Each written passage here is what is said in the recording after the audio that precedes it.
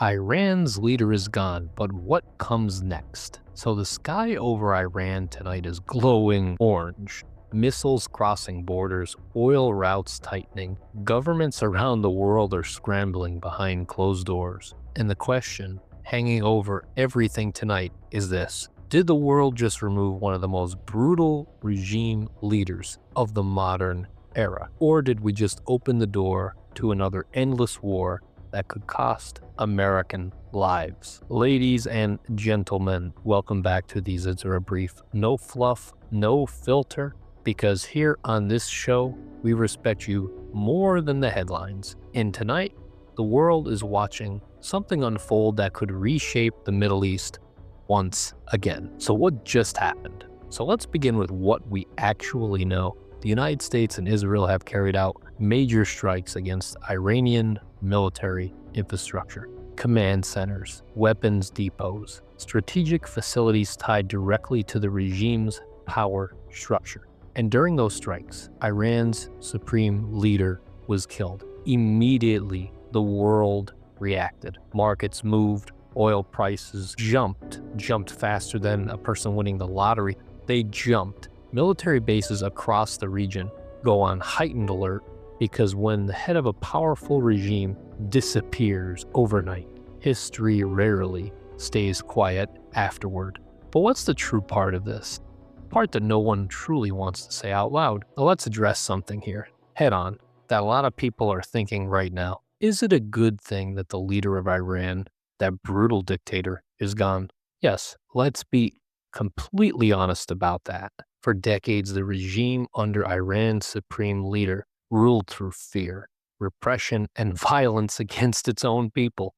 We're talking about mass crackdowns on protesters across the country. Thousands of Iranian citizens killed during demonstrations against this brutal regime. Political prisoners tortured or disappeared in detention facilities. Arrests of journalists, activists, and women protesting basic human rights. And a system where dissent was treated not as disagreement, but as a crime itself. Human rights groups say that thousands of civilians were killed during recent protest crackdowns alone, and many more simply just vanished into the night, into the regime's prison system. So when people ask, was this a good man?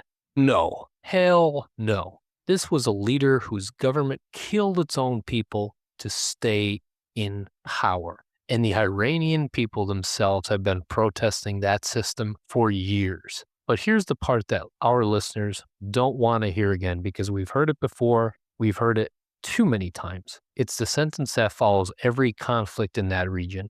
The sentence that eventually shows up on the news as U.S. armed service members killed. That is the reality of war.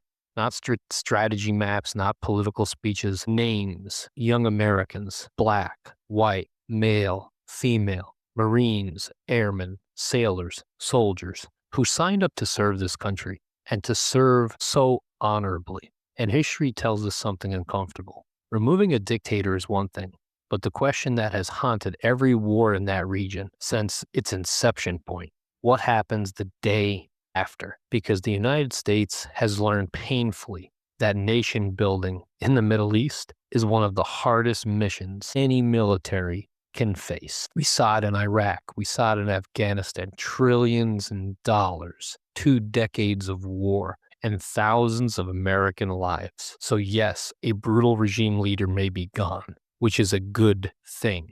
But the question that matters tonight is bigger than one man. It's this: are we about to witness history repeat itself again? So, personal note about myself. We started the Zadzura Brief to keep our listeners informed, to make you think critically, to give you information and knowledge that you need to know. I am not a veteran. I am not a military strategist. I am an American. But I am someone who studies history and who studies when things go wrong. And history has a way of whispering warnings long before people ever decide to listen. And one of the most important lessons history teaches us in this moment: removing a regime is difficult, but building stability afterward is very difficult. The lesson history keeps teaching if we want to listen to it. We've seen this story before. in Iraq, in Afghanistan, 2 decades of effort, trillions of dollars spent, thousands of American lives, and historians will tell you something very uncomfortable if you choose to listen. You can remove a dictator in a matter of days, but rebuilding the institutions of that nation, the whole system, whether it's the political system or just how the nation works, the stability of an entire society can take generations. Sometimes it works, sometimes it doesn't. Sometimes the moment outside forces leave, everything collapses. And that is the reality history shows us right in front of our face. But will we listen to this warning? So tonight, the real question is not simply about the missiles, the airstrikes. The real question is what happens next? If the Iranian regime fractures, who fills that vacuum? Does reform emerge? Or does another hardline faction seize control? Does the conflict remain contained, or do the powers in the region get pulled into it, even though more than they already are? Because history shows us again and again and again, wars rarely unfold the way leaders expect them to. So, getting into more of the human reality here, why analysts debate strategy, and many news analysts, talking heads on the media, want to debate strategy. There are human beings living under those skies tonight. Families hearing those explosions outside their homes. Cities covered in smoke, rubble. Soldiers deployed thousands of miles from home, from the people they love. War is not just headlines. It's human lives caught inside history unfolding at this very moment. And the people who carry the greatest burden of that reality are often the young men and women wearing the uniform of the United States. History may remember. A brutal leader is gone. Good thing. A regime is taken back. Good thing. And the future of an entire region may now be shifting, liberating people. Good thing. But history reminds us of something important. Removing that tyrant can change a country overnight. Rebuilding what comes after can take decades, if at all, ever again. And sometimes that cost is paid by the very service members sent to carry out that mission.